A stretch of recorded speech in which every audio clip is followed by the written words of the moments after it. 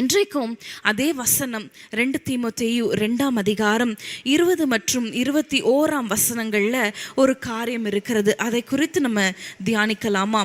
2 தீமோத்தேயு 2:20. ஒரு பெரிய வீட்டிலே ஒரு பெரிய பாத்திரங்களும் அல்லாமல் மரமும் மண்ணுமான பாத்திரங்களும் உண்டு. மரமும் மண்ணுமான பாத்திரங்களும் உண்டு. அவைகளில் சில கனத்துக்கும் சில கனவீனத்துக்குமானவைகள் ஆகையால் ஒருவன் இவைகளை விட்டு தன்னை சுத்திகரித்துக் கொண்டால் அவன் பரிசுத்தமாக்கப்பட்டதும் எஜமானுக்கு உபயோகமானதும் எந்த நற்கிரியைக்கும் ஆயத்தமாக்கப்பட்டதுமான கனத்துக்குரிய பாத்திரமாயிருப்பான். கடந்த நாட்கள்ல நம்ம எப்படி உபயோகமான பாத்திரமா இருக்கணும் என்று சொல்லி, எப்படி மாறுவது என்று சொல்லி நம்ம தியானித்தோம். இன்னைக்கு நம்ம எதை குறித்து தியானிக்க போகிறோம் தெரியுமா? எப்படி நம்ம ஒரு கனத்துக்குரிய பாத்திரமாய் மாறுவது. ஹல்லேலூயா. ஒரு வீட்டுல நிறைய பாத்திரங்கள் இருக்கு. சில கனத்துக்குரியது, சில கனவீனத்துக்குரியது. நம்ம வீட்டில் கூட ஒரு 4 பேர் இருந்தா சிலர் கனத்துக்குரியவர்களா இருக்கிறாங்க, சிலர் கனவீனத்துக்குரியவர்களா இருக்கிறாங்க. சம்பாதிக்கிறவர்கள் அதிக கனத்துக்கும், குறைவாய் சம்பாதிக்கிறவர்கள் அல்லது வேலைக்கு போகாதவர்கள், சம்பாதிக்காதவர்கள் கனவீனத்துக்கும் உரியவர்களா இருக்கிறார்கள். ஆனா கர்த்தருடைய பார்வை அப்படி அல்ல. ஹல்லேலூயா. கர்த்தர் மனுஷன் பார்க்கிற விதமாய் அவர் பார்க்கிறவர் அல்ல. வேதம் சொல்லுகிறது, ஒருவன் இவைகளை விட்டு தன்னை சுத்திகரித்து கொண்டால் கனத்துக்குரிய பாத்திரமாய் இருப்பான். ஹல்லேலூயா. இன்றைக்கு நம்ம கனத்துக்குரிய பாத்திரம். ஒருவேளை நம்ம கனவீனப்பட்டிருக்கலாம், சில காரியங்கள்ல, சில சூழ்நிலைகள்ல, சில குடும்பத்துல காரியங்கள்ல நம்ம கனவீனப்பட்டு இருக்கலாம். ஒருவேளை பிறந்ததுலேருந்தே நான் இதே சூழ்நிலையில் தான் இருக்கிறேன் அப்படி நீங்கள் சொல்லலாம். இல்லை சில தவறுகள்னால நம்ம கனவீனப்பட்டு இருக்கலாம். ஆனால் சங்கீதம் 3:3 இப்படியாக சொல்லுகிறது. தாவீது சொல்லுகிறார், சங்கீதம் 3:3 நம்ம பார்க்கிறோம், நீர் என் கேடகமும் என் மகிமையும் என் தலையை உயர்த்துகிறவருமாயிருக்கிறீர். ஹல்லேலூயா. எந்த மனுஷனும் நம்மளை உயர்த்த முடியாது, எந்த மனுஷனும் நம்மளை தூக்கி விட முடியாது. இன்னைக்கு நம்மளுடைய வாழ்க்கையில் ஒருவேளை 2025 ரொம்ப கனவீனத்துக்குரிய ஆண்டா இருந்திருக்கலாம்.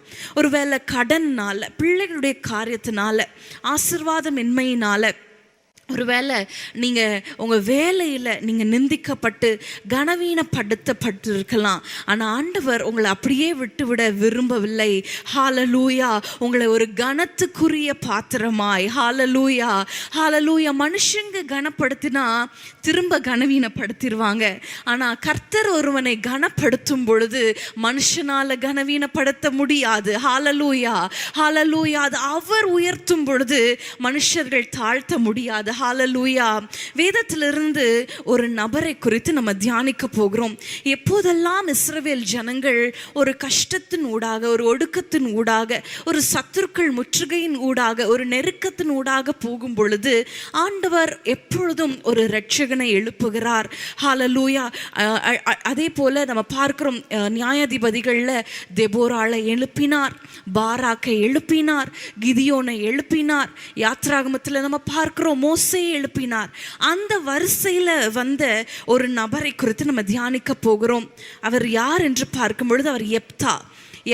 சொல்லுங்க பார்க்கலாம். எப்தா. நிறைய நேரம் இந்த வார்த்தையில் நம்ம கேட்டிருக்க மாட்டோம். நிறைய பிரசங்கங்களில் ஒரு வேளை நீங்கள் கேட்டிருக்க மாட்டீங்க. இன்னைக்கு எப்தாவை குறித்து நம்ம தியானிக்க போகிறோம். யார் அந்த எப்தா? நியாயாதிபதிகள் 11ஆம் அதிகாரம் 1 மற்றும் 2 வசனங்களில் அவரை குறித்தது போடப்பட்டிருக்கிறது. அதை வாசிக்கலாம். நியாயாதிபதிகள் 11:1 மற்றும் 2 வசனங்கள். கீலேயாத்தினான எப்தா பலத்த பராக்கிரமசாலியா இருந்தான். அவன் பரஸ்திரியின் குமாரன். கீலேயாத் அவனை பெற்றான். கீலேயாத்தின் மனைவியும் அவனுக்கு குமாரர்களை பெற்றாள். அவன் மனைவி பெற்ற குமாரர் பெரியவர்களான பின்பு அவர்கள் எப்தாவை நோக்கி, எனக்கு எங்கள் தகப்பன் வீட்டிலே சுதந்திரம் இல்லை, நீ அந்நிய ஸ்திரியின் மகன் என்று சொல்லி அவனை துரத்தினார்கள். யார் இந்த எப்தான்னு பார்க்கும் பொழுது அவன் ஒரு பராக்கிரமசாலி என்று வேதம் சொல்லுகிறது.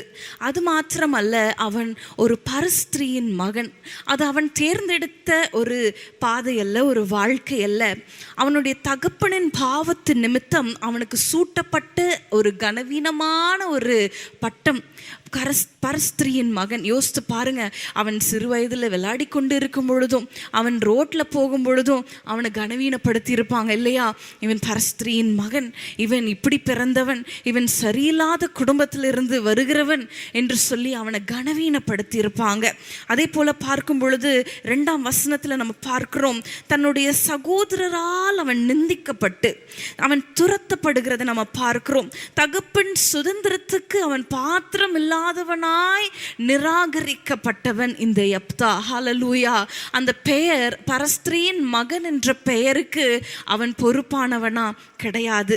அவன் தேர்ந்தெடுத்த பாதையா? கிடையாது. நிறைய நேரத்தில் பாருங்க, இங்க பார்க்கிற ஒரு துரோகம், ஒரு டிசப்பாயின்மெண்ட் சொந்த குடும்பத்தில் அவன் ஃபேஸ் பண்ணுகிற ஒரு சூழ்நிலை, யெப்தா ஃபேஸ் பண்ணுகிற ஒரு சூழ்நிலை. மற்ற யார் கனவீனப்படுத்தினா கூட நமக்கு பெரிய பாதிப்பு இருக்காது. ஆனால் சொந்த குடும்பத்திலிருந்து சில வார்த்தைகள் கேட்கும் பொழுது நிந்த இருதயத்தை பிளந்தது என்று சொல்றதுக்கு போல நிஜமாவே அது ரொம்ப கடினமான ஒரு கஷ்டமான ஒரு பாதையா இருக்கும் இல்லையா? அதே போலதான் யெப்தாவுடைய சகோதரர்களால் அவன் துரத்தப்படுகிறான், நிந்திக்கப்படுகிறான். நிறைய நேரங்களில் வேதத்தில் நம்ம பார்க்கிறோம், யாரெல்லாம் நிந்திக்கப்படுகிறார்களோ, யாரெல்லாம் ஒடுக்கப்படுகிறார்களோ, யாரெல்லாம் கனவீனப்படுத்தப்படுகிறார்களோ அவர்களை ஆண்டவர் தேர்ந்தெடுக்கிறதை நம்ம பார்க்கிறோம். ஹல்லேலூயா. 1 கொரிந்தியர் 1ஆம் அதிகாரத்துக்கு நம்ம திருப்பிக் கொள்ளும் பொழுது 1 கொரிந்தியர் 1:27 மற்றும் 28 வசனங்களை நம்ம வாசிக்கலாமா? 1 கொரிந்தியர் 1:27 மட்டும். ஞானிகளை வெட்கப்படுத்தும்படி தேவன் உலகத்தில் பைத்தியமானவைகளை தெரிந்து கொண்டார். பலமுள்ளவைகளை வெட்கப்படுத்தும்படி தேவன் உலகத்தில் பலவீனமானவைகளை தெரிந்து கொண்டார். ஆமென். பலவீனமானவைகளை தெரிந்து கொண்டார். உள்ளவைகளை அவமாக்கும்படி உலகத்தில் இழிவானவைகளையும் அற்பமாய் எண்ணப்பட்டவைகளையும் இல்லாதவைகளையும் தேவன் தெரிந்து கொண்டார். ஹல்லேலூயா. இங்க போடப்பட்டு இருக்கிற பட்டியல் பெரிய பட்டியல். அந்த வார்த்தைகள் எல்லாம் கேட்கும் பொழுது ரொம்ப பாரமான வார்த்தைகள், ரொம்ப ஹர்ட்ஃபுல்லா இருக்கிறது கேட்கும் பொழுது. இழிவானவைகள், அற்பமா எண்ணப்பட்டவைகள், இல்லாதவைகள், ஹல்லேலூயா, பலவீனம் உள்ளவைகள், பைத்தியம் உள்ளவைகள். இந்த லிஸ்ட்ல நானும் அப்படிதான் இருக்கிறேன் நீங்க சொல்றீங்க என்று சொன்னால் தேவன் உங்களை தெரிந்து கொண்டிருக்கிறார். ஹல்லேலூயா. யெப்தா ஒரு பரஸ்திரியின் மகன், ஆனா அவனை தேவன் தெரிந்தெடுத்தார். ஹல்லேலூயா. தாவீதுடைய வாழ்க்கையில கூட அப்படிதான். தாவீது பாருங்க, தகப்பனால புறக்கணிக்கப்பட்டவன். சாமுவேல் தீர்க்கதரிசி அபிஷேகம் பண்ணும் பொழுது அவனுடைய தகப்பன் எலியாபை கொண்டு வருகிறார். அவன் உயரமா இருக்கிறான். இவனாதான் இருக்கும், ராஜாவுக்கு சரியான நல்ல உருவம் இருக்கிறது. அமினதாபை கொண்டு வருகிறார். இப்படி தன்னுடைய மகன்கள் எல்லாம் கொண்டு வரும் பொழுது வேறொரு மகன் இருக்கான்னு சொல்லும் பொழுது அவருக்கு ஞாபகம் கூட வரல பாருங்க. ஆனா தாவீது, அப்படிப்பட்ட தாவீதை, புறக்கணிக்கப்பட்ட தாவீதை தேவன் தெரிந்து கொண்டார். ஹல்லேலூயா. இயேசுவும் நம்ம பார்க்கிறோம். ஏசாயா 53ஆம் அதிகாரம் 3ஆம் வசனத்துல பார்க்கிறோம், இயேசு அசட்டை பண்ணப்பட்டவரும் மனுஷரால் புறக்கணிக்கப்பட்டவருமா இருந்தார். ஹல்லேலூயா. இன்னைக்கு யாரெல்லாம் நம்ம புறக்கணிக்கிறாங்க, புறக்கணிக்கட்டும், பரவாயில்ல. இவங்களுக்கு அது இல்லை, இவங்களுக்கு தகுதி இல்லை, இவங்களுக்கு பணம் இல்லை, இவங்களுக்கு படிப்பு இல்லை, இவங்களுக்கு தகுதி இல்லை, இங்க வரத்துக்கு தகுதி இல்லை, இந்த ஒரு சில இடங்களுக்கு இவங்க வரத்துக்கு தகுதி இல்லைன்னு ஒருவேளை மனிதர்கள் உங்களுக்கு ஒரு வட்டத்தை வரைந்து அதுக்குள்ள உட்கார வைத்திருக்கலாம். ஆனா தேவன் நம்மை தூக்கி எடுக்கிற தேவன். ஹல்லேலூயா. ஆண்டவர் நம்மை வட்டத்தை வரைந்து உள்ள வைக்கிறவர் அல்ல, நம்மை கண்மலையில் மேல் நிறுத்துகிற தேவன். ஹல்லேலூயா. சங்கீதம் 118:2 நம்ம பார்க்கிறோம், வீடு கட்டுகிறவர்கள் ஆகாதென்று தள்ளின கல்லே மூளைக்கு தலைக்கல்லாயிற்று. ஹல்லேலூயா. மனிதர்கள் தள்ளலாம், மனிதர்கள் ஒதுக்கி வைக்கலாம், அங்கே எப்தாவை ஒதுக்கி வச்சிட்டாங்க, துரத்திட்டாங்க. அவனும் அமைதியாக தோப் என்ற தேசத்தில் போய் குடியிருந்தான் என்று அந்த வேதத்தில் நம்ம நியாயாதிபதிகள் 11ஆம் அதிகாரத்தில் தொடர்ந்து 3ஆம் வசனம் 4ஆம் வசனத்தில் நம்ம பார்க்கும் பொழுது நம்ம பார்க்கிறோம். அவனும் அங்கே அமைதியாக போய் அமைதியாக உட்கார்ந்து விடுகிறார். எப்தாவுடைய வாழ்க்கையில் எப்படியாவது இவங்களை நம்ம ஜெயிச்சு வந்துடணும், இவங்களுடைய பேச்சுக்கு நம்ம, சில பேர் சொல்லுவாங்க இல்லையா, இவங்க மூஞ்சில் கரிய பூசணும் அப்படின்லாம் சொல்லுவாங்க, இவங்க முன்னாடி நின்று காட்டணும் அப்படின்லாம் சொல்லுவாங்க. எப்தா போராடவே இல்லை. அவர் பாட்டுக்கு என்ன செய்கிறார், அவர் அங்கே தோப் தேசத்தில் போய் அங்கே குடியிருந்தான் என்று வேதம் சொல்லுகிறது. 11ஆம் அதிகாரம் 3ஆம் வசனத்தில் பார்க்கும் பொழுது அவன் தன்னுடைய சகோதரர்கள் விட்டு ஓடி போய் தோப் தேசத்திலே குடியிருந்தான். வீரனான மனுஷர் எப்தாவோட கூடிக்கொண்டு அவனோட யுத்தத்துக்கு போவார்கள். அவருடைய இருதயத்தில் என் சிச்சுவேஷன் மாறணும், எனக்கு எங்கள் அப்பாவோடைய சொத்து வேணும், இல்லை இன்றைக்கு நம்ம பார்க்குறோம் உலகத்தில் எப்படியாவது நான் இதில் வென்று விடுவேன், இந்த கோர்ட் கேஸில் நான் ஜெயிச்சிடணும், இவங்க முன்னாடி நான் ஜெயிச்சு காட்டணும், இவங்க முன்னாடி என் சொந்த காலில் நின்று காட்டணும் என்று மனிதர்கள் பிரயாசப்படுகிறதையும் சவால் விடுகிறதையும் இருதயத்தில் பேசி கொண்டிருக்கிறதையும் நம்ம பார்க்குறோம். எப்தா ஒரு நிமிஷம் கூட யோசிக்கவே இல்லை.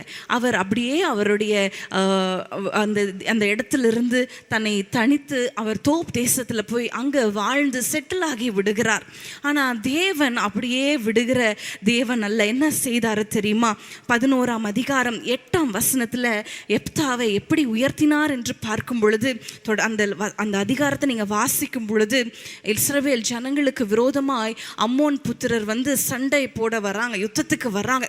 அப்போ இஸ்ரவேல் தலைவர்களும் மூப்பர்களும் என்ன செய்கிறாங்க தெரியுமா? 8ஆம் வசனத்தை பாருங்க. அதற்கு கீலேயாத்தின் மூப்பர் எப்தாவை நோக்கி நீ எங்களுடனே கூட வந்து அம்மோன் புத்திரரோடு யுத்தம் பண்ணி கீலேயாத்தின் குடிகளாகிய எங்கள் அனைவர் மேலும் தலைவனாய் இருக்க வேண்டும். இதற்காக இப்பொழுது உன்னிடத்தில் வந்தோம் வந்தோம். ஹல்லேலூயா. துரத்தினாங்க பாருங்க, துரத்தினாங்க. இந்த தேசத்திலே நீ இருக்கக்கூடாதுன்னு துரத்தினாங்க. ஆனா யார் துரத்தினார்களோ அவர்களே அந்த எப்தாவினிடத்துல வந்து, நீ எங்களோட தலைவனா இருக்கணும், ஹல்லேலூயா, நீ எங்களிடத்துல தலைவனா இருக்கணும், அதற்காக நாங்கள் உம்மிடத்துல வருகிறோம், ஹல்லேலூயா. துரத்தப்பட்டவன் இங்கு தலைவனாய் மாறுகிறான், ஹல்லேலூயா. ஆகாதென்று தள்ளப்பட்ட கல் அது தலைக்கு மூளைக்கல் ஆயிற்று என்று சொன்ன வார்த்தையின்படி இன்றைக்கு உங்களை நான் கனவீனப்படுத்தி இருக்கலாம், நிந்திச்சிருக்கலாம். ஒருவேளை உங்க குடும்பத்துல எல்லாரையும் ஒரு ஃபங்க்ஷனுக்கு அழைச்சிட்டு உங்களை மட்டும் ஒதுக்கி வைத்திருக்கலாம். அப்படிப்பட்ட சூழ்நிலைகள்லாம் வந்திருக்கலாம். ஒருவேளை உங்களுடைய பொருளாதார நிலைமையின் நிமித்தம், ஒருவேளை உங்களுடைய பிள்ளைகளுடைய காரியத்தின் நிமித்தம், உங்களுடைய கணவருடைய காரியத்தின் நிமித்தம், ஒருவேளை சில தவறுகளின் நிமித்தம் உங்களை மக்கள் கனவீனப்படுத்தி ஒதுக்கி வைத்திருக்கலாம். ஆனால் தேவன் உங்களை அப்படியே விட்டுவிட ஆண்டவர் சித்தம் கொள்ளல. ஹல்லேலூயா.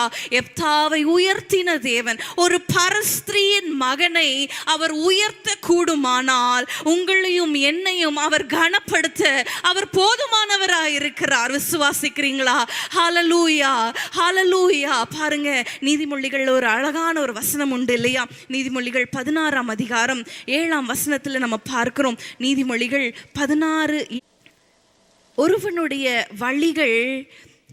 ஒருவனுடைய வழிகள் கர்த்தருக்கு பிரியமா இருந்தால் அவனுடைய சத்துருக்களும் அவனோட சமாதானமாகும்படி செய்வார். ஹல்லேலூயா.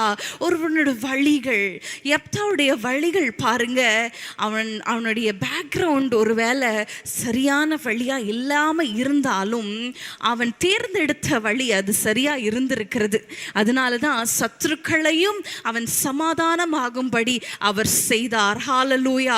உலகத்துல சொல்லுவாங்க இல்லையா, நம்ம எப்படி பிறந்தோம் என்பது முக்கியம் இல்லை, எங்கிருந்து வருகிறோம் என்பது முக்கியம் இல்லை, ஆனா எங்க போக போறோம் என்பது ரொம்ப முக்கியம். எப்படி மரிக்க போகிறோம் என்பது மிகவும் முக்கியம். ஹalleluya, ஹalleluya. ஒரு எக்ஸாம்பிள் சொல்லணும்னா, ரோட்ல ஒரு 500 rupees நோட் இருக்குன்னு வைங்களேன், அது ரொம்ப கசங்கி அழுக்காக சேறு படிந்து இருக்கிறது. அது யாருதுன்னே தெரியல, அங்கே யாருமே இல்லை ரோட்டில், அது யாரோ மிஸ் பண்ணிட்டாங்க, இல்லைன்னா அங்கே கிடக்குதுன்னு வைங்களேன், யாரெல்லாம் அதை எடுத்துக்கொள்வீங்க? யாரும் எடுக்க மாட்டீங்களா? நான் எடுத்துக்கொள்வோம் இல்லையா? அப்போ பாருங்க, ஒரு சாதாரண ஒரு பேப்பர் அது எவ்வளவு அழுக்கு படிந்திருந்தாலும், என்ன நிலையில இருந்தாலும், அந்த ஆர்பிஐயோடைய அந்த எம்பளம், அந்த சைன், அந்த காரியங்கள்லாம் இருக்கிறதுனால அது விலை உயர்ந்ததாய் நம்முடைய கண்களில் இருக்கிறது. நம்மை ஆண்டவர் அவருடைய பார்வையில் அவருடைய சாயலாக படைத்திருக்கிறார், அவருடைய முத்திரையை போட்டிருக்கிறார். அப்போ எவ்வளோ விலை உயர்ந்தவர்கள் நம்ம. ஒருவேளை மனிதர்கள் பார்வையில் நம்ம கனவீனப்பட்டிருக்கலாம், ஆனா ஆண்டவர் நம்மை விசேஷித்தவர்களாய் அவர் பார்க்கிறார். ஹalleluya, ஹalleluya. துரத்தப்பட்டவன், அவமதிக்கப்பட்டவன், கனவீனப்படுத்தப்பட்டவன் அவன் தலைவனானான். அது எப்படி நம்ம பார்க்க போகிறோம்? எப்தாவுடைய வாழ்க்கையில நடந்த காரியங்கள், 3 காரியங்கள், எப்தாவுடைய காரியங்களை நம்ம பார்க்க போகிறோம். நியாயாதிபதிகள் 11ஆம் அதிகாரம் 11ஆம் வசனத்தை நம்ம வாசிக்க கேட்கலாம். நியாயாதிபதிகள் 11:11. அப்பொழுது எப்தா கீலேயாத்தின் மூப்பரோடே கூட போனான். அஜனங்கள் அவனை தங்கள் மேல் தலைவனும் சேனாபதியுமாக வைத்தார்கள். எப்தா தன் காரியங்களை எல்லாம் மிஸ்பாவிலே கர்த்தருடைய சந்நிதியிலே சொன்னான். எப்தா தன் காரியங்களை எல்லாம் மிஸ்பாவிலே கர்த்தருடைய சந்நிதியிலே சொன்னான். ஹalleluya. காரியங்களை எல்லாம் நாம் யார் இடத்துல சொல்லுவோம் சொல்லுங்க? ரொம்ப க்ளோஸாக இருக்கிறவங்க இடத்துல தான். இப்போ யாரோ தெரியாதவங்க வந்தால் நம்ம பாட்டுக்கு நம்மளுடைய காரியங்களை, நம்முடைய துக்கங்களை, நம்முடைய சந்தோஷங்களை நம்ம பகிர்ந்து கொள்வோமா? இல்லை. நம்ம யார் இடத்துல ரொம்ப அன்பாக இருக்கிறோமோ, ரொம்ப நம்முடைய இருதயம் யார் இடத்துல ரொம்ப ஒன்றி இருக்கிறதோ அவங்க இடத்துல தான் நம்ம எல்லாவற்றையும் சொல்லுவோம். இங்கே பார்க்கிறோம், எப்தா தன் காரியங்கள் எல்லாம் மிஸ்பாவிலே கர்த்தருடைய சந்நிதியிலே சொன்னான். ஹalleluya. இது ஆண்டவரோடு அவனுக்கு இருந்த ஒரு நெருங்கிய உறவு, ஒரு ஜெப வாழ்க்கையை குறிக்கிறது. ஹalleluya. இதே போலதான் 1 நாளாகமம் 4ஆம் அதிகாரத்தில் ஒரு நபர் இருந்தார். நம்ம எல்லாருக்கும் தெரிந்த ஒரு நபர், யாபேஸ். 1 நாளாகமம் 4ஆம் அதிகாரம் 9 மற்றும் 10 வசனங்களை நம்ம வாசிக்க கேட்கலாமா? யாபேஸ் தன் சகோதரரை பார்க்கிலும் கனப்பெற்றவனாய் இருந்தான். அவன் தாய் நான் துக்கத்தோடே அவனை பெற்றேன் என்று சொல்லி அவனுக்கு யாபேஸ் என்று பெயரிட்டாள். பாருங்க, யாபேஸ் தன் சகோதரரை காட்டிலும் கனம் பெற்றவனா இருந்தான். ஆனா அவனுடைய பிகினிங் பாருங்களேன், அவனுடைய ஆரம்பம் எப்படி இருந்தது? தன் தாய் அவனை நான் துக்கத்தோடு பெற்றேன் என்று சொல்லி யாபேஸ் என்று பெயர் வச்சிடுறாங்க. துக்கத்துல நான் பெற்றேன் அப்படின்னு சொல்லி பிள்ளைக்கும் துக்கமாய் ஒரு பெயரை வச்சிடுறாங்க. ஆனா ஆண்டவர் அப்படி விடல. ஆண்டவர் என்ன செய்தார்? யாபேசை தன் சகோதரரை பார்க்கிலும் கனம் பெற அவனை உயர்த்தினார். ஏன் தெரியுமா? 10ஆம் வசனத்துல நம்ம பார்க்கிறோம், யாபேஸ் இஸ்ரவேலின் தேவனை நோக்கி தேவரீர் என்னை ஆசீர்வதித்து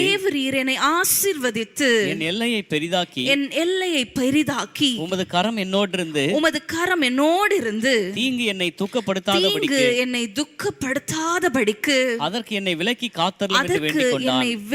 காத்தருளும் என்று வேண்டிக் கொண்டான். அவன் வேண்டிக் கொண்டதை தேவன் அருளினார். ஹalleluya. அவன் வேண்டிக் கொள்ளுகிறான். அம்மா இப்படி சொல்லிட்டாங்க, நான் பிறக்கும் போது சூழ்நிலைகள் சரியில்லை, நான் பிறந்ததுனால ஒருவேளை சூழ்நிலைகள் சரியில்லாம போயிருக்கலாம். ஆரம்பம் துக்கம், ஆனா துக்கத்திலே அவன் வாழ்க்கை முடியல. ஹalleluya.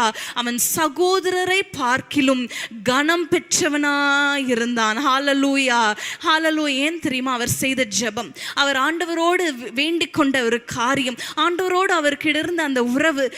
ஒருத்தர் வேண்டிக் கொள்வதை ஆண்டவர் செய்கிறார் என்றால் அவருடைய உறவு எப்படி இருந்திருக்கும் யோசித்து பாருங்க. அன்னாளுடைய வாழ்க்கையிலையும் பார்க்கிறோம், ஒரு நிந்தை, ஒரு கனவீனப்படுத்தப்பட்ட ஒரு சூழ்நிலை, நிந்தையின் மத்தியில அவள் தன்னுடைய காரியங்களை எடுத்துட்டு கணவனிடத்துல போல. ஏன்னா கணவர் அவளுக்கு ஒரு குழந்தையை தர முடியாது, கணவரால் எனக்கு ஒரு நன்மை உண்டாகாது, என் கொம்பை உயர்த்த முடியாது என்பதை அவள் அறிந்திருந்தாள். அதனால அவள் எங்க போனா தெரியுமா? கர்த்தருடைய சந்நிதிக்கு போய் அங்க தன்னுடைய காரியங்களை சொல்லுகிறாள். தொடர்ந்து 2ஆம் வசனத்துல பார்க்கும், 2ஆம் அதிகாரத்துல 1 சாமுவேல் 2ஆம் அதிகாரத்துல பார்க்கும் பொழுது அவள் பாடுகிறாள். என்ன பாடுகிறாள்? என் கொம்பு உயர்ந்துள்ளது. ஹalleluya. நிந்திக்கப்பட்டவள், ஹalleluya, மனமடி வாக்கப்பட்டவள், மனக்லேசம் உள்ள ஸ்திரீதான், மலடி என்று சொல்லப்பட்ட ஒரு ஸ்திரீதான். ஆனா அவளுடைய வாழ்க்கை அப்படியே முடிந்து விடல. கனவீனப்படுத்தப்பட்டது உண்மைதான், ஆனா தன்னுடைய கொம்பையும் ஆண்டவர் உயர்த்தினார் என்பதும் அது உண்மைதான். ஹalleluya, ஹalleluya. யோசுவாவுக்கு 7ஆம் அதிகாரத்துல ஆயி பட்டணத்துல தோல்வி வந்தது. அந்த நேரத்துல என்ன செய்தார் தெரியுமா? என்ன பண்றது, என்ன ஸ்ட்ராட்டஜி பண்றது என்று அவர் மனுஷரிடத்துல, மூப்பர் இடத்துல, படைத்தலைவர் இடத்துல போகல. அங்க நம்ம பார்க்கிறோம் 7ஆம் அதிகாரம் 6ஆம் வசனத்துல நம்ம பார்க்கிறோம். என்ன பார்க்கிறோம்? அங்க யோசுவா என்ன செய்தார் என்பதை பார்க்கிறோம். யோசுவா 7ஆம் அதிகாரம் 6ஆம் வசனம்.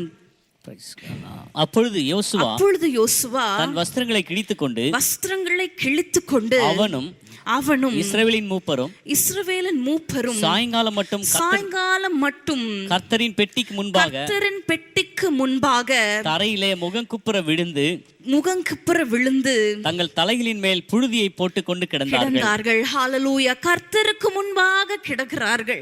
என்ன பிரச்சனை வந்தாலும், என்ன சூழ்நிலையினாலும் ஆண்டவரிடத்துல போகிற ஒரு குணம். ஹalleluya. எசேக்கியாவுக்கு வியாதி வந்தது. அவர் மருத்துவர்களிடத்துல போகல, தனக்கு வைத்தியம் பார்க்க யாராவது வருவாங்களா தேடல. அவர் இருந்த இடத்துல அப்படியே சுவர்புறமாய் திரும்பி ஆண்டவரை நோக்கி பார்க்கிறார். இன்றைக்கு யெப்தாவுடைய வாழ்க்கையில ஆண்டவர் உயர்த்தினதுக்கு ஒரு காரணம், அவருக்கும் ஆண்டவருக்கும் இருந்த ஒரு உறவு. ஹalleluya, ஹalleluya. பாருங்க, நாம் மனிதர்களை எப்படி நடத்துகிறோம் என்பது நமக்கும் ஆண்டவருக்கும் உள்ள உறவுல எப்படி இருக்கிறோம் என்பதையும் குறிக்கும். நம்ம ஆண்டவரோடு நல்லா இருக்கிறோம் என்று சொன்னால் நாமும் ஆண்டவரை போல இருப்போம், நம்முடைய பேச்சும் ஆண்டவரை போல இருப்போம். யெப்தாவிடத்துல இஸ்ரவேல் ஜனங்கள் வரும் பொழுது இஸ்ரவேல் ஜனங்கள் தன்னுடைய சகோதரர்கள் யெப்தாவை நல்லா நடத்தல, துரத்தினாங்க, நிந்தித்தாங்க, கஷ்டப்படுத்தினாங்க, கனவீனப்படுத்தினாங்க. ஆனா இஸ்ரவேல் ஜனங்கள் வரும் பொழுது அவன் அப்படி செய்யல. ஹalleluya. அவன் அப்படி செய்யல, அவங்க நடத்தின பிரகாரம் அப்படி செய்யல. மாறாக கர்த்தருடைய குணங்களை அவன் வெளிப்படுத்தினான். அது அவனுக்கும் ஆண்டவருக்கும் உள்ள அந்த உறவின் அந்த பலத்தை குறிக்கிறது. ஹalleluya, ஹalleluya. இன்றைக்கு நாம் மற்றவர்களை எப்படி நடத்துகிறோம்? என்னை எப்படி பேசினாங்க, என்னை எப்படி நடத்தினாங்க, என்னை எப்படி பார்த்தாங்க, நானும் அப்படி செய்ய போறேன். இல்ல, அது ஆண்டவர் விரும்பல. ஹalleluya. ரோமர் 12ஆம் அதிகாரத்துல நம்ம பார்க்கிறோம். ரோமர் 12:17 வசனத்தை நீங்க வாசிப்பீங்களா? ரோமர் 12:17 மற்றும் 18. தீமைக்கு தீமை செய்யாதிருங்கள், எல்லா மனுஷருக்கு முன்பாகவும் யோக்கியமானவைகளை செய்ய நாடுங்கள். அடுத்த வசனம். கூடுமானால் உங்களால் ஆன மட்டும் எல்லா மனுஷரோடும் சமாதானமாயிருங்கள். ஹalleluya. தீமைக்கு தீமை செய்யாதிருங்கள். ஹalleluya. யெப்தாவுடைய வாழ்க்கையில கர்த்தருடைய அவனுக்கும் கர்த்தருக்கும் இருந்த அந்த உறவை நம்ம பார்க்கிறோம். தன் காரியங்கள் எல்லாவற்றையும் ஆண்டவரிடத்துல சொல்லுகிறதை பார்க்கிறோம். ஹalleluya. அந்த காரியத்தின் வெளிப்பாடுதான் அவர் மற்றவர்களை நடத்துகிற அந்த நடத்துதல். ஹalleluya. இன்றைக்கு யெப்தாவை ஆண்டவர் உயர்த்தினதுக்கு முதல் காரணம் அவரோடு இருந்த அந்த உறவு. ரெண்டாவது காரியம் என்னன்னு பார்க்கும் பொழுது நியாயாதிபதிகள் 11ஆம் அதிகாரத்துக்கு நம்ம திருப்பிக் கொள்ளும் பொழுது 30ஆம் வசனத்தை நம்ம வாசிக்கலாம். நியாயாதிபதிகள் 11:30. அப்பொழுது யெப்தா கர்த்தருக்கு ஒரு பொருத்தனையை பண்ணி தேவரீர் அம்மோன் புத்திரரை என் கையில் ஒப்புக் கொடுத்தால் நான் அம்மோன் புத்திரரிடத்திலிருந்து சமாதானத்தோட திரும்பி வரும்போது என் வீட்டு வாசற்படியிலிருந்து எனக்கு எதிர்கொண்டு வருவது எதுவோ அது கர்த்தருக்கு உரியதாகும். அதை சர்வாங்க தகன பலியாக செலுத்துவேன் என்றான். ஆமென், ஹalleluya. இங்க எப்தா ஒரு பொருத்தனை செய்து ஜெபிக்கிற ஒரு ஜெபத்தை பார்க்கிறோம். அவர் வாழ்க்கையில ஒரு கஷ்டம், ஒரு சூழ்நிலை வந்தாலும், ஒரு சவால் வந்தாலும் பாருங்க, அங்க அம்மோன் புத்திரருக்கு விரோதமாக அவங்க போக போறாங்க, ஒரு யுத்தம் வரப்போகிறது. ஆண்டவரே, இதுல எனக்கு வெற்றி நீங்க தந்தீங்கன்னா, என் கூட நீங்க வந்தீங்கன்னா நான் ஒரு பொருத்தனை செய்கிறேன் என்று அவர் ஒரு பொருத்தனை செய்து ஜெபிக்கிற ஒரு ஜெபத்தை பார்க்கிறோம். இதேதான் அன்னாளுடைய வாழ்க்கையிலையும் நம்ம பார்க்கிறோம். வாசிக்கலாமா? 1 சாமுவேல் 1ஆம் அதிகாரம் 11ஆம் வசனத்தை நம்ம பார்க்கலாம்.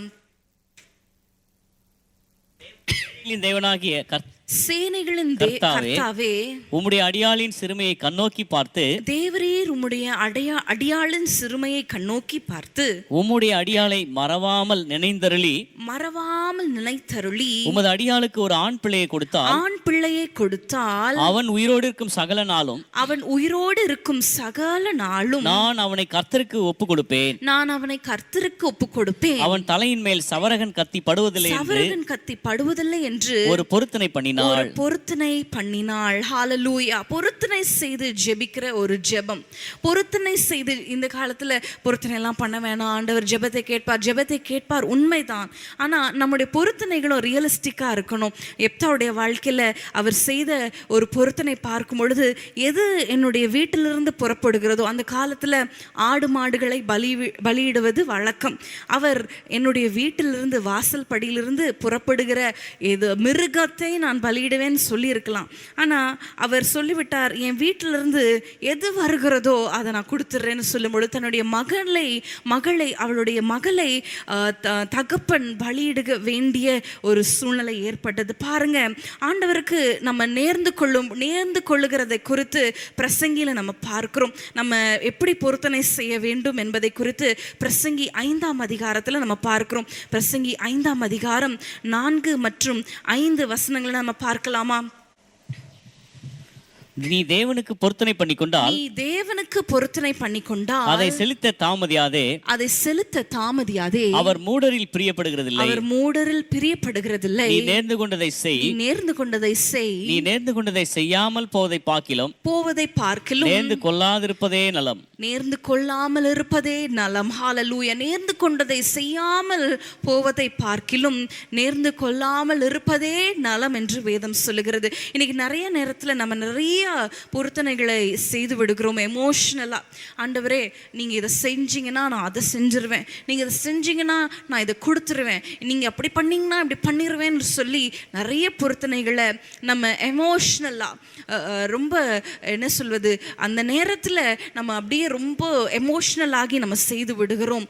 ஆனா நம்ம வேதம் சொல்லுகிறது, நீ நேர்ந்து கொண்டதை செய்யாமல் இருப்பதை பார்க்கணும், நீ நேர்ந்து கொள்ளாமல் இருப்பதே நலம். ஹalleluya. அப்பா கூட அடிக்கடி பிரசங்கத்துல சொல்லுவாங்க, ஒரு சகோதரி ஒரு காரியத்துக்காக ஜெபம் பண்ணி தன்னுடைய தாலி செயினை எங்களுக்கு அனுப்பி வச்சுட்டு கொஞ்ச நாள் கழித்து, சில நாட்கள் கழித்து திரும்ப எங்களுக்கு ஃபோன் செய்து, எங்கள் ஹஸ்பண்ட் தாலி செயினை கேட்குறாரு, எங்கன்னு கேட்குறாரு. கேட்பாங்களா கேட்க மாட்டாங்களா? கண்டிப்பாக கேட்பாங்க இல்லையா? எங்கே காணுமே, கேட்கறதுன்னு செய்வாங்க. இதெல்லாம் ஒரு முட்டாள்தனமான, ரொம்ப எமோஷ்னலாக செய்து விடுகிற பொருத்தனைகள் பாருங்கள், நம்ம செய்யும் பொழுது அது நம்முடைய ஆவிக்குரிய நிலையில் அடுத்த நிலைக்கு நம்மை கொண்டு போகிறதா இருக்க வேண்டும். ஹalleluya. ஆண்டவரே, நான் தேவையில்லாமல் நான் யூடியூப்பில் தேவையில்லாத காரியங்களை பார்க்க மாட்டேன். என்னுடைய டைமை நான் தேவையில்லாத காரியங்களுக்கு செலவிட மாட்டேன். ஆண்டவரே, நான் நிறைய நேரம் ஜெபிப்பேன். இப்படிப்பட்ட நம்முடைய ஆவிக்குரிய வாழ்க்கையை கட்டி எழுப்புகிற பொருத்தனைகளை செய்யும் பொழுது நிச்சயமாக அதில் ஆண்டவர் பிரியப்படுகிற தேவனாய் இருக்கிறார். யாக்கோபும் ஒரு பொருத்தனை செய்கிறார். ஆதியாகமம் 28ஆம் அதிகாரத்தில் நம்ம பார்க்கிறோம். ஆதியாகமம் 28ஆம் அதிகாரம் 20 மற்றும் 20 நம்ம வாசிக்கலாம். 22 வசனங்கள் வரைக்கும், 28, 20-22. அப்பொழுது யாக்கோபு தேவன் என்னோடு இருந்து நான் போகிற இந்த வழியிலே என்னை காப்பாற்றி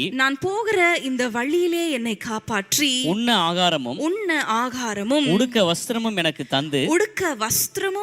தந்து என்னை என் தகப்பன் வீட்டுக்கு சமாதானத்தோடே திரும்பி வர பண்ணுவாரானால் கர்த்தர் எனக்கு தேவனாயிருப்பார். எனக்கு தேவனா இருப்பார். நான் தூணாக நிறுத்தின இந்த கல் தேவனுக்கு வீடாகும். தேவரீர் எனக்கு தரும் எல்லாவற்றிலும் உமக்கு தசமபாகம் செலுத்துவேன் என்று சொல்லி பொருத்தனை பண்ணிக்கொண்டான். ஆண்டவரே, நீங்க என்ன ஆசீர்வதிச்சீங்கன்னா, எனக்கு காப்பாற்றுனீங்கன்னா, திரும்ப இந்த இடத்துக்கு என்ன வர பண்ணுவீரானால், என் தகப்பன் வீட்டுக்கு வர பண்ணுவீரானால், நான் இதெல்லாம் செய்றேன் என்று பொருத்தனை செய்து அங்க ஜெபிக்கிற ஒரு ஜெபத்தை பார்க்கிறோம். ஹalleluya.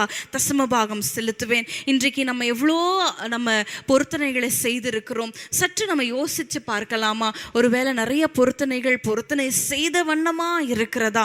அது நிறைவேற்ற முடியாமல் இருக்க சில நேரங்களில் உங்களால் நிறைவேற்ற முடியாத சூழ்நிலைகள் இருக்கும். ஆனால் நிறைய பொருத்தனைகள் இந்த சுத்திகரிப்பு நாளில், இந்த வருஷத்தின் கடைசியில் அந்த பொருத்தனைகள் எல்லாம் நீங்க நிறைவேற்ற முற்படுவீங்களா? ஹalleluya. ஹalleluya. எப்தாவுக்கு அவர் செய்த பொருத்தனை ரொம்ப கடினமா இருந்தாலும் அதையும் அவர் நிறைவேற்றினார். பிரியமானவர்களே, ஹalleluya. இன்றைக்கு நிறைய பொருத்தனைகள் செய்து அதெல்லாம் பெண்டிங்ல இருக்கா? அதெல்லாம் நீங்க நிறைவேற்ற இந்த கடைசி நாட்கள், இந்த வருடத்தின் கடைசி நாட்கள்ல நீங்க செய்து முடிக்க, ஒருவேளை வாரத்துக்கு ஒரு நாள் நான் உபவாசிப்பேன், வாரத்துக்கு ஒரு நாள் நான் யாருக்காவது நான் உம்மை பற்றி சொல்லுவேன். வருஷத்தில் நம்ம 12 மாதங்கள் ஓடிவிட்டது. ஒருத்தருக்காவது நம்ம சுவிசேஷம் சொல்லியிருப்போமா? ஒருத்தருக்காவது ஒருத்தரை நம்ம ஃபோக்கஸ் பண்ணி ஜெபித்திருப்போமா? நம்ம எவ்வளோ ஜெபங்கள் நமக்காக, நம்ம குடும்பத்துக்காக ஜெபிக்கிறோம். ஒரு பொருத்தனை செய்து, ஆண்டவரே இவங்கள் ரட்சிக்கப்படணும், ஆண்டவரே நான் தினந்தோறும் ஜெபிப்பேன். ஹalleluya. வாரத்துக்கு ஒரு நாள் இவர்களுக்காக உபவாசம் செய்து ஜெபிப்பேன். இப்படிப்பட்ட பொருத்தனைகள்லாம் நம்ம செய்யும் பொழுது பாருங்க, நிச்சயமாக இந்த பொருத்தனைகள்ல ஆண்டவர் பிரியப்படுகிற தேவனாய் இருக்கிறார். எப்தாவுடைய வாழ்க்கையில துரத்தப்பட்டவன் எப்படி தலைவனானான் என்று நம்ம தியானித்து கொண்டிருக்கிறோம். ஆண்டவர் நம்மை கனப்படுத்த விரும்புகிற தேவன் என்பதை குறித்து நம்ம பார்த்து கொண்டிருக்கிறோம். அவனுடைய வாழ்க்கையில் ஆண்டவருடைய இருந்த உறவு, அவனுடைய பொருத்தனை ஜெபங்களை குறித்து பார்த்தோம். கடைசியாக ஒரு காரியம், நியாயாதிபதிகள் 11ஆம் அதிகாரத்துக்கு திரும்ப நம்ம வருவோமா? நியாயாதிபதிகள் 11ஆம் அதிகாரம் 29ஆம் வசனத்தை நம்ம வாசிக்கலாம். அப்பொழுது கர்த்தருடைய ஆவி எப்தாவின் மேல் இறங்கினார். அப்பொழுது கர்த்தருடைய ஆவி எப்தாவின் மேல் இறங்கினார். ஹalleluya. ஹalleluya. சகரியா 4ஆம் அதிகாரம் 6ஆம் வசனம் எல்லாருக்கும் தெரிந்த வசனம். அதையும் நம்ம வாசிச்சிடலாமா? சகரியா 4:6 1994ஆம் பக்கம். செருபாபேலுக்கு சொல்லப்படுகிற கர்த்தருடைய வார்த்தை என்னவென்றால் பலத்தினாலும் அல்ல பராக்கிரமத்தினாலும் அல்ல என்னுடைய ஆவியினாலே ஆகும் என்று சேனைகளின் கர்த்தர் சொல்லுகிறார். ஹalleluya. ஹalleluya. பலத்தினாலும் அல்ல, பராக்கிரமத்தினாலும் அல்ல. எப்தாவை குறித்து வேதம் ஆரம்பிக்கும் பொழுதே என்ன தெரியுமா சொல்லப்பட்டிருக்கிறது? அவன் பலத்த பராக்கிரமசாலி. ஹalleluya. அவன் பராக்கிரமசாலியா இருந்தாலும் தன்னுடைய மாம்சத்துக்கு இடம் கொடுக்கல, தன்னுடைய மாம்ச பலத்துக்கு அவன் சாய்ந்து கொள்ளாம, தன்னுடைய புய பலத்தின் மேல் சாய்ந்து கொள்ளாமல் கர்த்தருடைய ஆவியின் மேல் அவன் சார்ந்து கொண்டான். ஹalleluya. ஹalleluya. அப்பொழுது கர்த்தருடைய ஆவி எப்தாவின் மேல் இறங்கினார். ஹalleluya. அங்க ஒரு மகா பெரிய வெற்றியை இஸ்ரவேல் ஜனங்களுக்கு எப்தாவின் மூலமாய், துரத்தப்பட்டவன் மூலமாய், புறக்கணிக்கப்பட்டவன் மூலமாய், கனவீனப்படுத்தப்பட்டவன் மூலமாய், ஒரு பரஸ்திரியின் மகன் என்று சொல்லப்பட்டவன் மூலமாய் ஆண்டவர் கொடுத்தார். ஹalleluya. ஹalleluya. கிதியோனுடைய வாழ்க்கையிலும் அப்படிதான். நியாயாதிபதிகள் 6ஆம் அதிகாரத்தில் நம்ம வாசிக்கிறோம் கிதியோனை குறித்து. அந்த 6ஆம் அதிகாரம் 15ஆம் வசனத்தை நம்ம பார்க்கலாமா? 6ஆம் அதிகாரம் 15ஆம் வசனம். அதற்கு அவன் என் ஆண்டவரே, என் ஆண்டவனே, நான் இஸ்ரவேலை எதனாலே ரட்சிப்பேன்? இதோ மனாசேயில் என் குடும்பம் மிகவும் எளியது. என் தகப்பன் வீட்டிலே நான் எல்லாரிலும் சிறியவன். என் தகப்பன் வீட்டில பாருங்க, மனாசேல எங்க கோத்திரத்துல எங்க குடும்பம் ரொம்ப சின்னது. அதுலயும் என் தகப்பன் வீட்டுல நான் எல்லாராலும் எல்லாரிலும் சிறியவன், நான் சிறியவன், அதுக்கு நான் தகுதி இல்லை. இவ்வளோ பெரிய வெற்றி எனக்கு தருவேன்னு சொல்றீங்க, இவ்வளோ பெரிய காரியத்தை நீங்க செய்ய போறீங்கன்னு சொல்றீங்க. ஒரு வெற்றி வரும்போது அதோடு சேர்ந்து என்ன வரும்?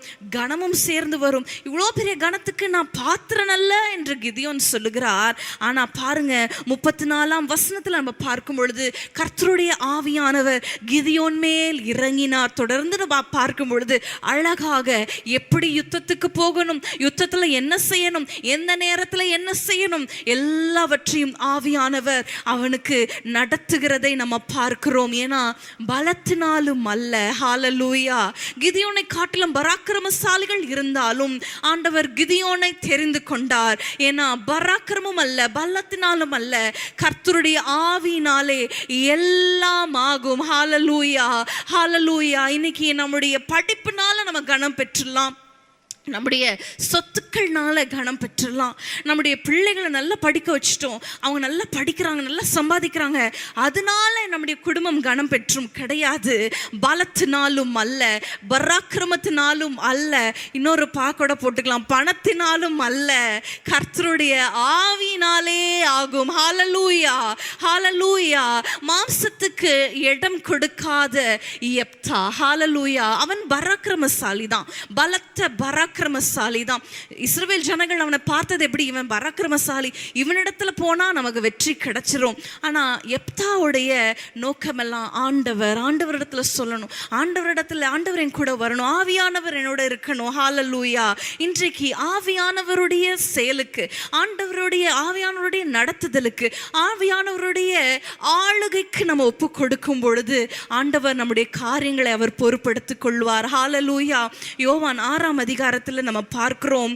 யோவான் 6ஆம் அதிகாரம் 63ஆம் வசனத்தை நம்ம பார்க்கலாமா? யோவான் 6. ஆவியே உயிர்ப்பிக்கிறது, ஆவியை உயிர்ப்பிக்கிறது, மாம்சமானது ஒன்றுக்கும் உதவாது, மாம்சமானது ஒன்றுக்கும் உதவாது. இந்த உலக காரியங்கள், இந்த உலகத்தினோடு இருக்கிற காரியங்கள், இந்த மாம்சத்தினால உண்டாகிற காரியங்கள் ஒன்றுக்கும் உதவாது என்று தேவன் சொல்லுகிறார். ஹல்லேலூயா. ஆவியானது உயிர்ப்பிக்கிறது, மாம்சமோ ஒன்றுக்கும் உதவாது. இந்த காரியத்தை நம்முடைய இருதயத்துல ஆழமாய் பதித்து கொள்ள நம்ம அழைக்கப்படுகிறோம். அநேக நேரத்தில் நம்ம மூடர்களாய் இந்த உலக காரியங்களில் நம்ம கவர்ந்து இழுக்கப்படுகிறோம். படித்திருந்தா நம்மளை கனப்படுத்துவாங்க, பணம் இருந்தால் கனப்படுத்துவாங்க, சிலர் நிறைய நகைகளை போட்டிருந்தா நம்மளை கனப்படுத்துவாங்க. அப்படி அல்ல. ஹல்லேலூயா, ஹல்லேலூயா. எந்த மனுஷனையும் பிரகாசிப்பிக்கிற மெய்யான ஒளியாக இயேசு நம்முடைய வாழ்க்கையில் இருந்தால் மட்டுமே அந்த கனம் அது உண்மையான ஒரு கனமா இருக்கும், அது நித்திய காலமா இருக்கும், அது மனுஷரால பிடுங்கி எறிய முடியாத ஒரு கனமா இருக்கும். ஹல்லேலூயா. இன்றைக்கு யெப்தாவுடைய வாழ்க்கையில இருந்து 3 காரியங்கள் நம்ம கற்றுக்கொண்டோம். அவன் ஆண்டவரோடு இருந்த உறவு, அவன் பொருத்தனை செய்து ஜெபித்த ஜெபம், அவனுடைய ஆவியானவரோடு சார்ந்திருந்த ஒரு வாழ்க்கை. பாருங்க என்ன ஆனது தெரியுமா? புதிய ஏற்பாட்டில் அவருடைய பெயர் விசுவாச பட்டியல்ல. எபிரேயர் 11ஆம் அதிகாரத்தில், எபிரேயர் 11ஆம் அதிகாரம் 32ஆம் வசனத்தில் நம்ம பார்க்கிறோம். 32ஆம் வசனத்திலிருந்து நம்ம வாசிக்கலாமா? எபிரேயர் 11:32.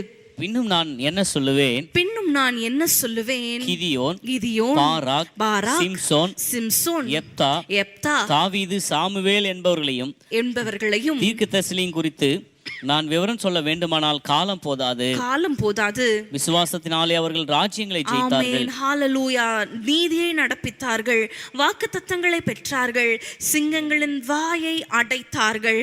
ஹல்லேலூயா. அவர்கள் ராஜ்யங்களை ஜெயித்தார்கள். ஹல்லேலூயா. ஜெயமுள்ள ஒரு வாழ்க்கை, ஒரு கனத்துக்குரிய வாழ்க்கை. அந்த விசுவாச பட்டியல்ல யெப்தாவினுடைய பேரும் அங்க வந்து இருக்கிறது. ஹல்லேலூயா. கிதியோன், பாராக், சிம்சோன், யெப்தா என்ற அந்த பெயர் பட்டியல்ல எப்தாவுடைய பெயரும் ஒரு பரஸ்திரியின் மகன்தான். அவன் துரத்தப்பட்டவன் தான், கனவீனப்படுத்தப்பட்டவன் தான். ஆனா அந்த எப்தாவை கனப்படுத்தின தேவன் இன்றைக்கும் அவர் உயிரோடு இருக்கிறார். ஹல்லேலூயா.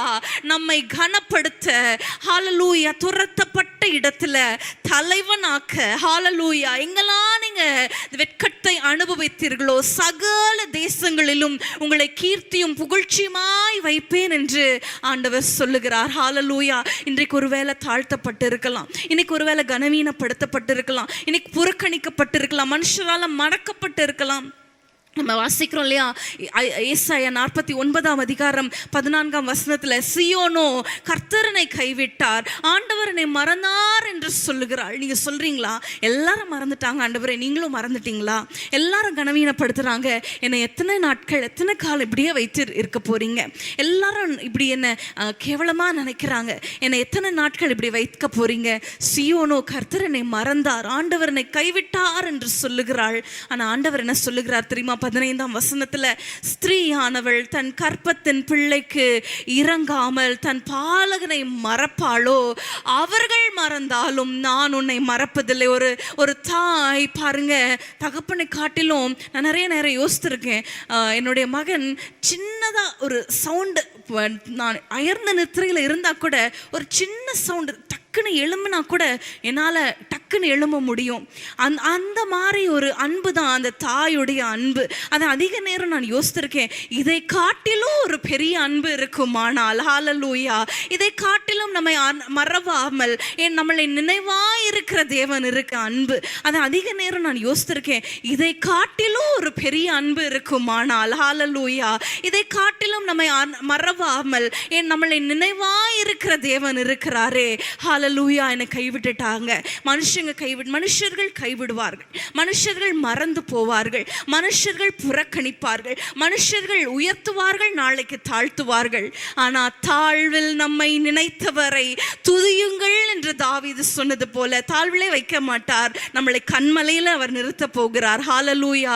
ஒருவேளை இந்த ஆண்டு முழுவதும் தாழ்த்தப்பட்டு புறக்கணிக்கப்பட்டு கனவீனப்படுத்தப்பட்ட சூழ்நிலையா இருக்கலாம். இன்றைக்கு அந்த எப்தாவை உயர்த்தின தேவன் நம்மோடு இருக்கிறார். எத்தனை பேர் விசுவாசிக்கிறீங்க? நம்ம இருக்கிற இடங்கள்ல நம்ம கண்களை மூடி ஆண்டவரிடத்துல சொல்ல போறோம், ஆண்டவரே உண்மைதான் ஆண்டவரே, எப்தாவை போல துரத்தப்பட்ட அனுபவங்கள், துரத்தப்பட்ட சூழ்நிலைகள், அவமதிக்கப்பட்ட சூழ்நிலைகள். எப்தா சிறு வயதில் இருக்கும் பொழுதிலிருந்து அவன் அப்படிதான் சொல்லியிருப்பாங்க இல்லையா, பரஸ்திரியின் மகன், இவன் அப்படிப்பட்ட மகன், இவன் வேசி பிள்ளை, இவன் பேலியாளின் பிள்ளை, இப்படி எல்லாம் அவனை பற்றி பேசியிருப்பாங்க. சிறிய வயதிலிருந்து மனதில் பாரங்களும் நிந்தைகளும் ஹல்லேலூயா அவமானங்களும் காயங்களும் உடையவர்களை போல நீங்க எப்தாவை போல இருக்கலாம். ஆனா கர்த்தருடைய பார்வையில ஆகாதென்று தள்ளப்பட்ட கல்லே அது தலைக்கு மூளைக்கல்லாயிற்று. ஹல்லேலூயா. ஞானிகளை வெட்கப்படுத்த, ஹல்லேலூயா, பைத்தியம் உள்ளவைகளை, இல்லாதவைகளை, அற்பமாய் எண்ணப்பட்டவைகளை, பலவீனம் உள்ளவைகளை ஆண்டவர் தெரிந்து கொண்டார் என்று வேதம் சொல்லுகிறதே. ஆண்டவரே, இந்த ஜீவனுள்ள வசனங்களை நாங்கள் நம்புகிறோம். சொல்லுவீங்களா? நாங்கள் விசுவாசிக்கிறோம். விசுவாசத்தினாலே ராஜ்யங்களை ஜெயித்தார்கள் என்று வேதம் சொல்லுகிறது போல நாங்கள் விசுவாசிக்கிறோம். எப்தாவின் தேவன் எங்கள் தேவன். சொல்லுவீங்களா?